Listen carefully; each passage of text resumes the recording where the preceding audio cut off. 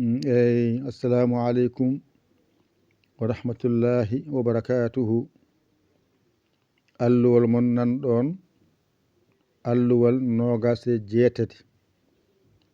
Jeengal noon ko wonande horɓe balɗe nogase jeeɗiɗi ha timmi e jogori jofoyde nogas e jeetati.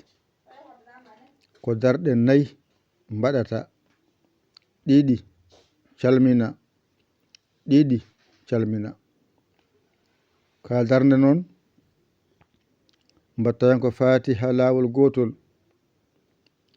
wattini wazzaytuni saɗa wawi,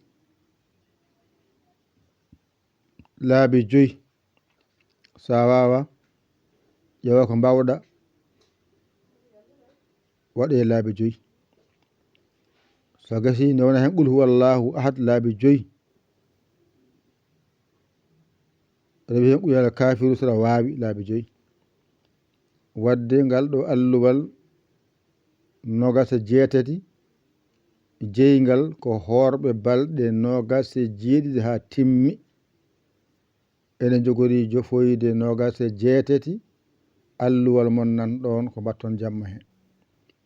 Ko darɗe nayi mbaɗete ɗiɗi calmina ɗiɗi calmina wona calminal ɗiɗi. Kala hen darde noon mbaɗa hen fatiha lawol gotol, wattini wazzaytuni laabi 5 saɗa wawi. Sa wawa ƴeewa ko mbawɗa mbaɗa sera ɗon. Dewna hen qul huwallahu ahad laabi 5. So timmi dewna hen qul ya ayyuhal kafiruna laabi 5. ɗum noon ko wonande hornoɓe balɗe nogase jeeɗiɗi ha timmi ene jogori jofoyde nogase jeetati. Jamma mon nan ɗon ko darɗe nayi juulete, mbaɗa ɗiɗi calmina, mbatta ɗiɗi calmina, hawra calmina ɗiɗi.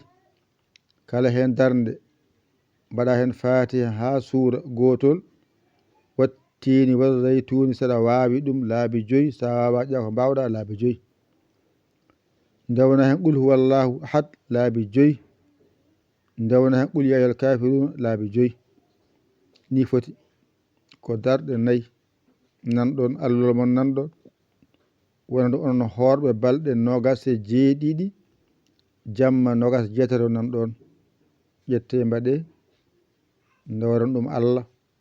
Jeddowo are mon wiyono ko bida, onon baddema ko ida. Jokkon haaju moɗon nde won Allah, jetton Allah, mawnon Allah. Ko julde wiya wona goɗɗum, wona fijirde, ko julde wiya. Nani wona farilla sa waɗi ka korowo, wona farilla sa waɗan ka korowo.